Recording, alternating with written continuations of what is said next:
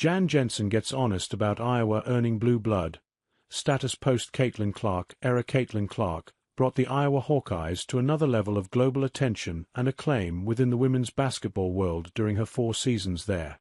And while Clark is now playing for the Indiana Fever in the WNBA, her influence is still keenly felt among her alma mater. Jensen was Iowa's assistant coach during Clark's tenure there and became head coach after Clark left, taking over for Lisa Bludder, who decided to retire.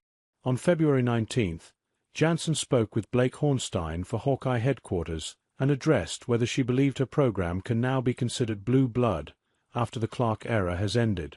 "I think blue blood has to be multiple years and pushing a decade to get to that," Jensen said, per an ex-post from Hornstein.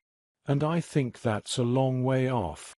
I think that's a great goal for every program to have, and I think that would be a great byproduct. Every day I don't wake up with the pressure, like, oh, we've got to capitalize and make this into blue blood," Jensen continued.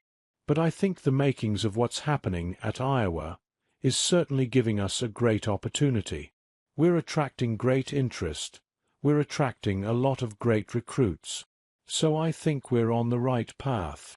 She then added, "Had this been 5 years ago, I think we could really be talking about that potential. Now the landscape has changed so much that the money that will now be a part of the Rev. Annual share, blue bloods or not, there's a new angle that people are able to utilize. And so we're in interesting times, of course."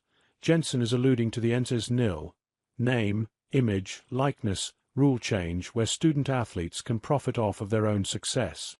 It seems Jensen might be more optimistic than Gino Auriemma, head coach of the undoubtedly blue-blooded UConn Huskies program, about the direction the college game is going. Recommended reading. This article was originally published on www.si.com/onzi/women's-fastbreak as Jensen gets honest about Iowa earning blue blood status post Caitlin Clark era.